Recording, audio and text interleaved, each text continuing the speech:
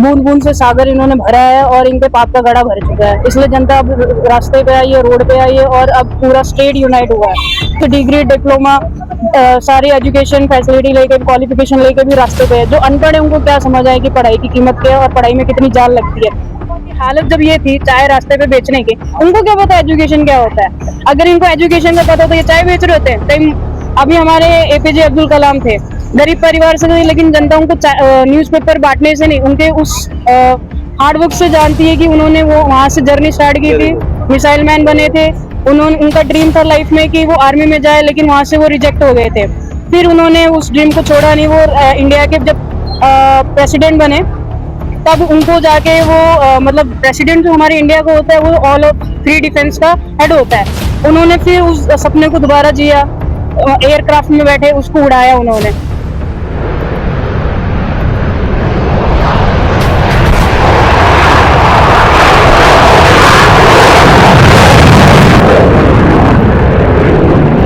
So that's the motivation, that's the inspiration कि आप कहाँ से शुरू होते, कहाँ पे जाते हो। लेकिन जिसने चाय बेची थी, उसने एक दिन चाय बेची थी, आज उसने पूरे देश को चाय बेचने पे ला दिया है। उसने इनकम का तो कुछ किया नहीं, लोगों की सैलरी तो बढ़ी नहीं, बेरोजगारी और बढ़ गई।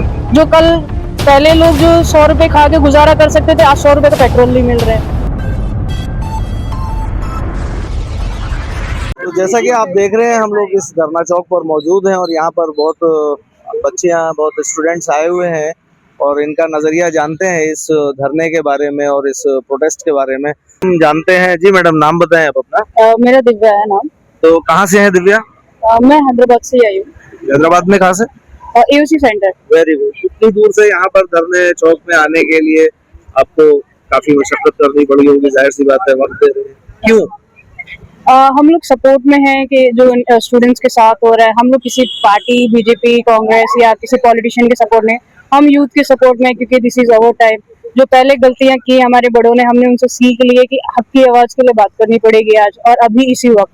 क्योंकि बोला जाता है कि जहाँ पे न्याय बाद में मिलता है वहाँ पे न्याय कभी नहीं मिलता है। तो इसलिए हम लोग अभी आए हैं, क्योंकि ये पेपर लीक का जो मामला है बहुत टाइम से चल रहा था और इसकी बढ़ते बढ़ते बढ़ते अब वायलेंस पे आ गया। पुलिस वालों जैसे हम लोग देख रहे हैं राजभवन में, तो वहाँ पे जब पीसफुली प्रोटेस्ट हो रहा था तो पुलिस ने लाठीचार्ज करी और फिर बाद में सब अपनी मतलब रोटियां सेकने आ गए। सो हम लोग चाहते हैं कि इसको पॉलिटिशियन अपने पॉलिटिक्स को साइड रख के स्टूडेंट के, जिन बच्चों ने अपनी जान खोई है और जो पेरेंट्स को उस दुख से सफर हो रहे हैं, उनके इमोशंस को समझे और सबको राइट दें और फेयर डिसीजन हो। और जिसको इस्तीफा देना चाहिए वो जल्द से जल्द दे। ऑलरेडी ये 30 दिन हो चुका है और कितना इनको सोचने के लिए वक्त चाहिए।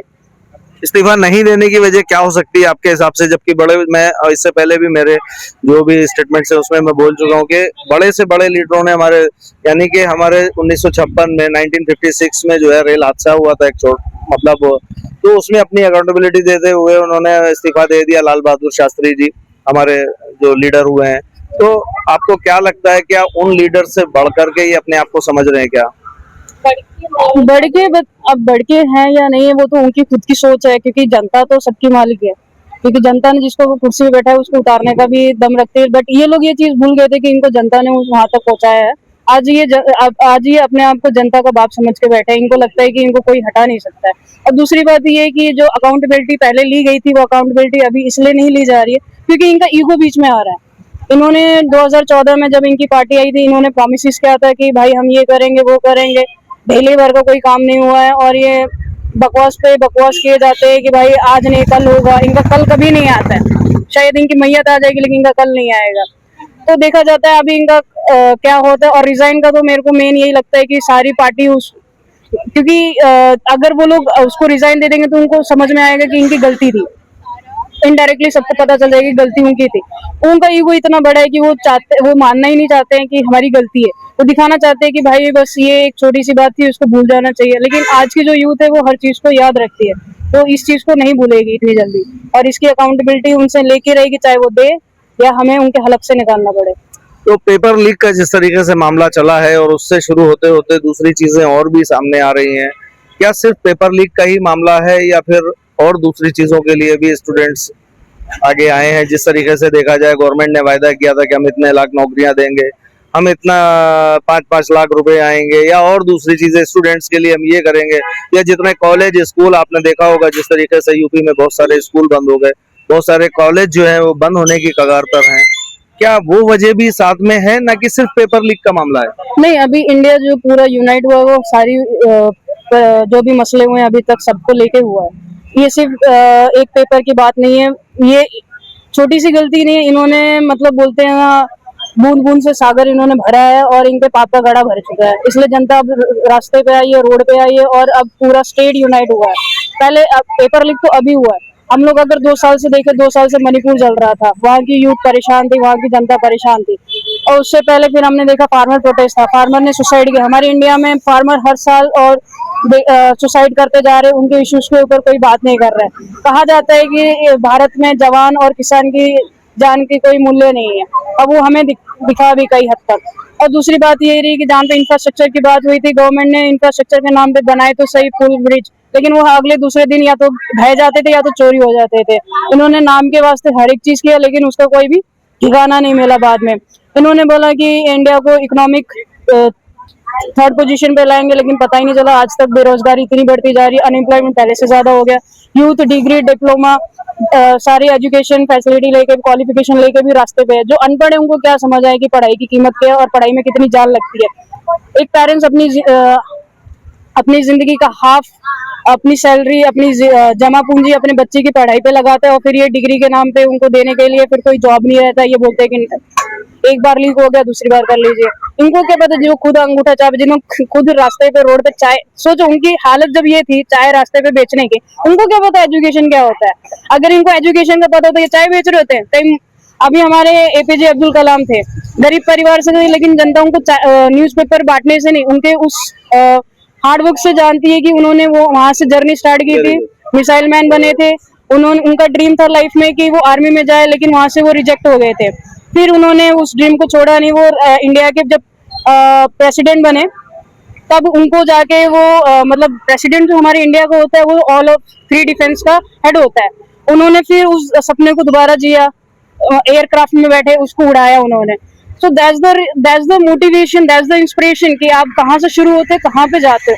लेकिन जिसने चाय बेची थी, उसने एक दिन चाय बेची थी, आज उसने पूरे देश को चाय बेचने पे ला दिया है। उसने इनकम का तो कुछ किया नहीं, लोगों की सैलरी तो बढ़ी नहीं, बेरोजगारी और बढ़ गई। जो कल पहले लोग जो 100 रुपए खा के गुजारा कर सकते थे, आज 100 रुपए का पेट्रोल नहीं मिल रहा है। अब समझ में नहीं आ रहा है कि ये ग्रोथ की तरफ जा रहा है या नहीं जा रहा है। इनको खुद अपना स्टैटिस्टिक देखना चाहिए, या जो इन्होंने ग्रोथ की है इनको खुद उसको देखनी चाहिए कि ग्रो ऊपर हुई है कि नीचे हुई है। थोड़ी बहुत भी शर्म होगी तो डूब मरेंगे, और नहीं होगी तो फिर मुंह उठा के आ जाएंगे सामने, और क्या करेंगे। चलिए, पद बढ़ा लिया, लेकिन कद जो है वो सोच का कद जो है वो छोटा ही रह गया। आपका कहने का मतलब वही है? हाँ जी, वही है। क्लाइमैक्स में क्या कहना चाहेंगे? क्लाइमेक्स में यही कि आप इस्तीफा आप जल्दी से जल्दी दे तो अच्छा होगा, हमारा भी टाइम बचेगा, आप भी मार खाने से बचेंगे। नहीं तो जितना ये नहीं, पद का ख्याल रखिए अपने। देखिए, स्टूडेंट का मतलब होता है कि पूरी चीजों को बहुत कायदे से हम रिप्रेजेंट करेंगे। कायदे से तो चल ही रहे थे, पहले गांधीवादी से ही चल रहे थे। अब लगता है भगत सिंह के रास्ते पे आना पड़ेगा, क्योंकि जब कायदे से हाथ जोड़ के फूल दे के हमने प्रोटेस्ट स्टार्ट किया था जंतर मंतर पे, उस टाइम तक सारी यूथ ये थी कि हमारी बात पहुंच जाएगी, सब शांति से थे। फिर उनपे लाठीचार्ज हुए, जो पुलिस वाले लाठीचार्ज कर रहे, कोई सिविल में है, कईयों ने नेम प्लेट नहीं लगाया है। जो दिल्ली पुलिस के बारे में कि उन लोगों ने बहुत ही ज्यादा ज्यादती करी है, बल्कि उनके साथ में जो अनारकी तत्व शामिल हुए हैं, यानी कि लाठियों में किले लगा करके, और करंट का भी कुछ में इशू सामने आया। दूसरी चीज जो है वो दिल्ली पुलिस के साथ में क्या कर रहे हैं, उस पर क्या कहना चाहेंगे, और क्या फर्क है तेलंगाना पुलिस और दिल्ली पुलिस में हमारे?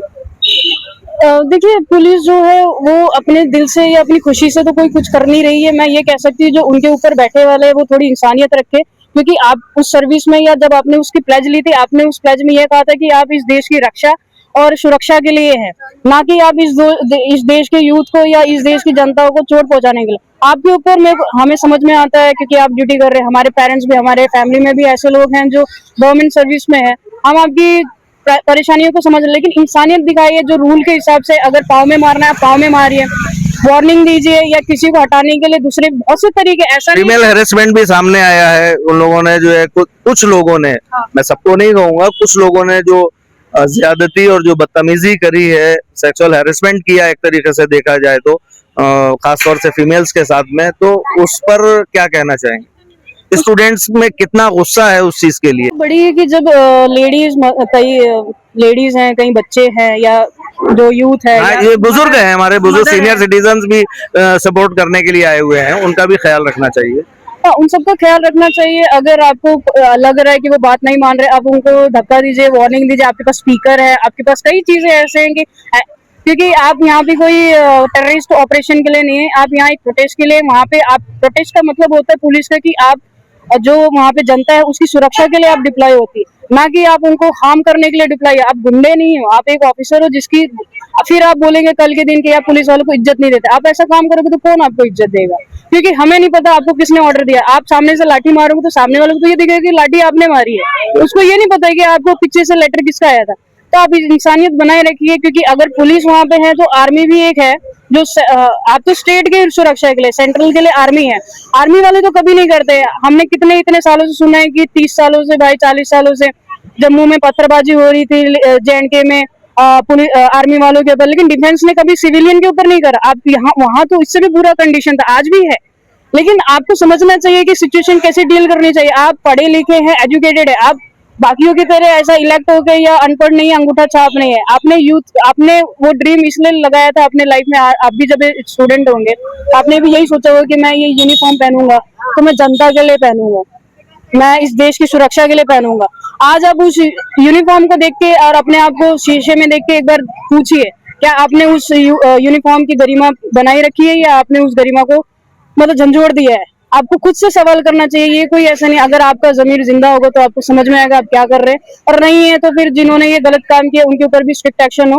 और आई रिक्वेस्ट पॉलिटिशियन से, तो अभी हम इतना उम्मीद नहीं है, आई रिक्वेस्ट दैट जो भी लॉ एंड ऑर्डर फॉलो करने के लिए हमारे लॉयर है, एडवोकेट है या जजेस है, वो इन लोगों के ऊपर स्ट्रिक्ट एक्शन ले। वेरी गुड, बहुत अच्छी बात कही। जो हमारे समाज के जो लॉयर हैं, जो सोशल इन्फ्लुएंसर हैं, जो सम्मानित लोग हैं, वो कम से कम आगे आए और इन बच्चों के लिए, ये देखिए हमारे ही बच्चे हैं और बहुत छोटी उम्र के बच्चे हैं, इनकी सोच, इनकी परिपक्वता और इनका कहना चाहे सब्र एक बहुत ही काबिले तारीफ है। और इसी के लिए मैं भी इल्तिजा करूंगा गवर्नमेंट से कि इस चीज के ऊपर ध्यान दें। जय हिंद, जय भारत। आप देख रहे हैं 24 न्यूज हक की आवाज। आगे की अपडेट्स के लिए लाइक कीजिए, सब्सक्राइब कीजिए, लोगों के साथ ज्यादा से ज्यादा शेयर कीजिए। जय हिंद।